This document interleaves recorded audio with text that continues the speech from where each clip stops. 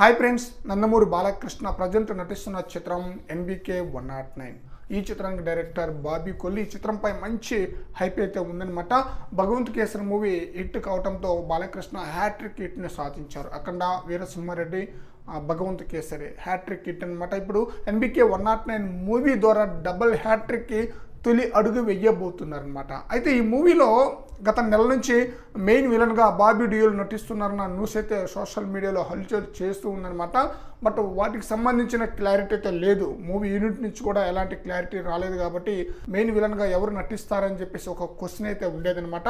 But నిన్న NBK 109 movie యొక్క shooting కోసమే ఒక స్పెషల్ ఫైట్లో బాబీ డియోల్ ఎన్బికే 109 యొక్క మూవీ సెట్కి వచ్చినట్లు ఒక ఫోటో అయితే సోషల్ మీడియాలో హల్చల్ చేస్తూ ఉందన్నమాట. దీన్ని బట్టి ఎన్బికే 109 మూవీలో మెయిన్ విలన్గా బాబీ డియోల్ నటిస్తున్నారని చెప్పేసి ఒక క్లారిటీ అయితే వచ్చేసిందనమాట. బాలీవుడ్ స్టార్ అయిన బాబీ డియోల్ ఎన్బికే 109 మూవీలో మెయిన్ విలన్గా నటిస్తే అదిరిపోయే విధంగా రెస్పాన్స్ రావటం ఖాయం. భగవంత్ కేసర్ మూవీలో కూడా అర్జున్ రాంపాల్ మెయిన్ విలన్గా నటించారు. ఆ చిత్రం మంచి హిట్ అయితే అందుకుంది.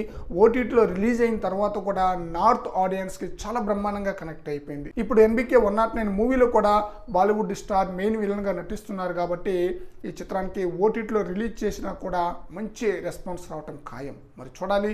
ఎన్నో అంచనాలతో ఈ చిత్రం మార్చి ఎండింగ్ అంటే 2024 మార్చి ఎండింగ్లో రిలీజ్ కాబోతుంది.